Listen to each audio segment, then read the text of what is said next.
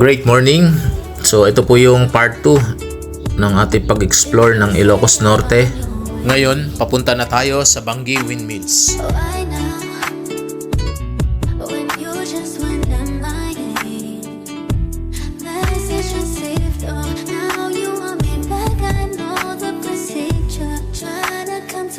So welcome to Bangi. Ito yung bayan na kung saan maraming windmills.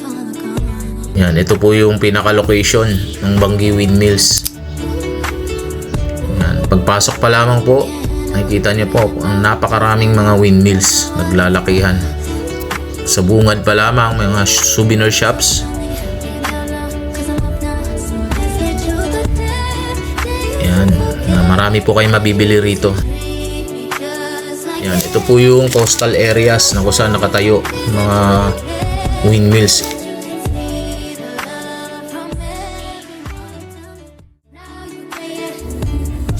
Welcome to Pagudpod. Ayan.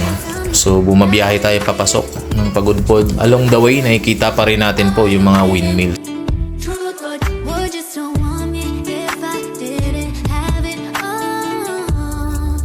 Ito ang Patapat Viaduct o Patapat Bridge ng Pagudpod, Ilocos Norte.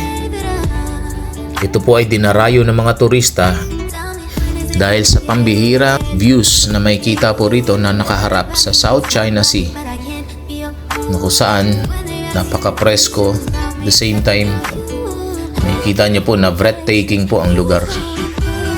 Ito po ay tinayo noong October 1986 ng Hanil Development Corporation na pinangasiwaan ng DPWH.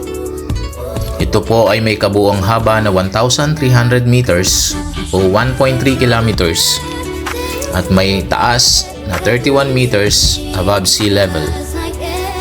Ito rin ang simula ng kabundukan ng Cordillera. Ito rin ay daan papuntang Cagayan Valley. So once na napunta po kayo ng Ilocos Norte, huwag niyo pong palagpasin na makarating po rito sa Patapat Bridge. Ito po ay may halos 16 kilometers na biyahe mula po sa pinaka-arko ng Pagudpod. Yes, nadadaanan nyo yung mga sigsag na daan paakyat ng kabundukan hanggang sa makarating po rito sa Patapat Bridge. Yan, as we continue drive.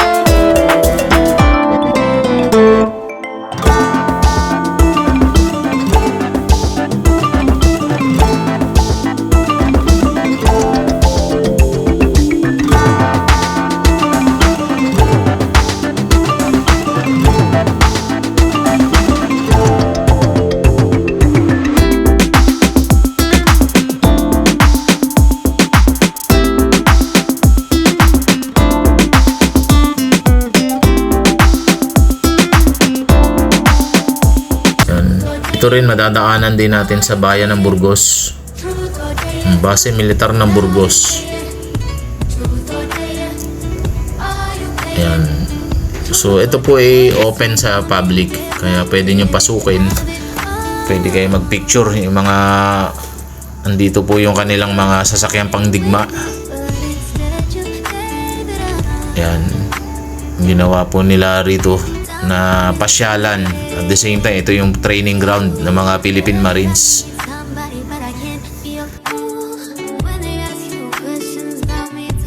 Ito lamang po ang aming video, so abangan nyo pa po ang susunod.